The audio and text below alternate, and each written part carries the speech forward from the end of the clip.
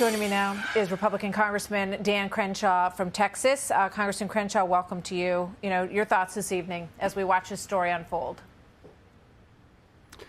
Well, I think two things are true. George Floyd should be alive. There's a very clear injustice there, and I think there's also wide agreement on what should happen with respect to bringing justice to not just that one officer, but looking at all of them. There's no disagreement there, but there also shouldn't be disagreement on what's happening with these riots and the injustice that is occurring against innocent people in Minneapolis because of this. And I'm a little confused at some people that want to just brush right past that and make excuses for it. That's also not okay. We can live by a very clear system of justice in this country, and we should all unite around George Floyd's case. I think that's very clear, and we should also be able to say that injustice does not justify further injustices against other people. Like you said, 130 businesses being destroyed. There's no justification for that. But I think that there is obviously such deep pain based in the fact that we see too many of these situations. And if there wasn't a cell phone and people standing around him, you just have to wonder, we never would have known about this. I guarantee it. The anger that you are seeing in these protests is understandable when you look at some of these other cases, and it makes you wonder, these are the ones we know about. And I've always been, we want to support our law enforcement. We know that most of them have their hearts and their badges and their work in the right place. These are the people who reflect badly, and they should be removed. I don't understand why someone who had the number of complaints against him that this officer had for prior crime scene behavior, why would he even still be on the force?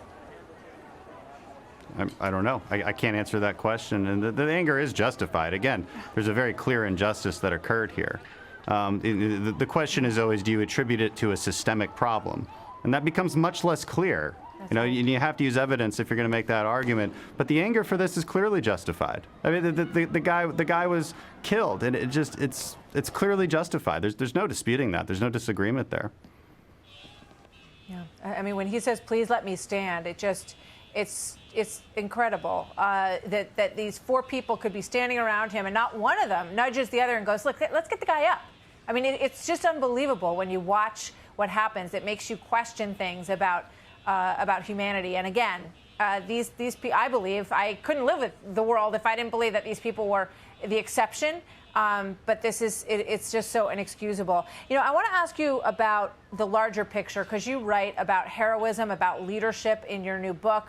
And I was looking back today at video of the 1967 summer riots, and it said they happened because of unemployment, because of poverty, because manufacturing had moved out of areas and jobs had left those areas. And I think, well, here we are again, potentially in the summer of 2020, post-pandemic. Yeah, it's true. And one thing I write about, too, is there is injustice in this world. My book is largely about petty outrage culture, okay? Finding outrage where there shouldn't be any. In certain situations, again, outrage is justifiable, and this is one of them. Whether it's people losing their jobs or whether it's with George Floyd, there is justifiable outrage, but you're always still accountable for your actions. You're always still accountable for the story that you put forth into the future.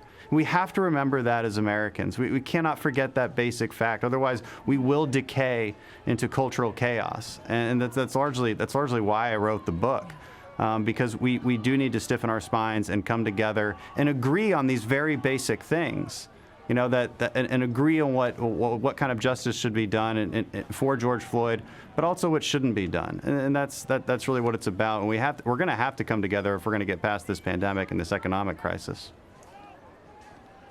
Well, Dan Crenshaw, thank you for your service to our country. And the book is Fortitude. Texas Congressman Dan Crenshaw, always good to see you, sir. Thank you very much. Good to have you with us. Thanks, Martha.